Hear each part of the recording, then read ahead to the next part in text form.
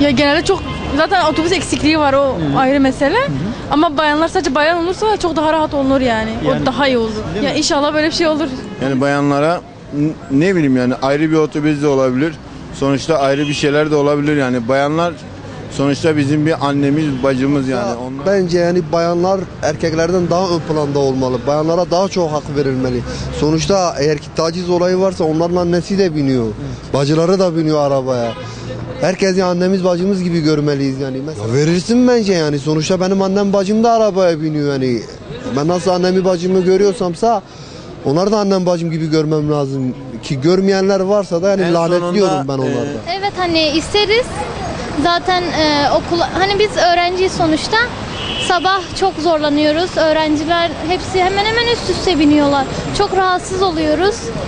Ne iyi olur. Şartlar gayet uygun yani, yapsalar yapılır, yapmayacak bir şey yok. Ben kendim şoförüm. Evet. Yani yapılabilir. Mesela bayanlar bizim kızımızdır, anamızdır, bacımızdır, kardeşimizdir yani. Yapsa çok iyi faydalı olur. Ya belediye buna bir katkı yapması lazım başta.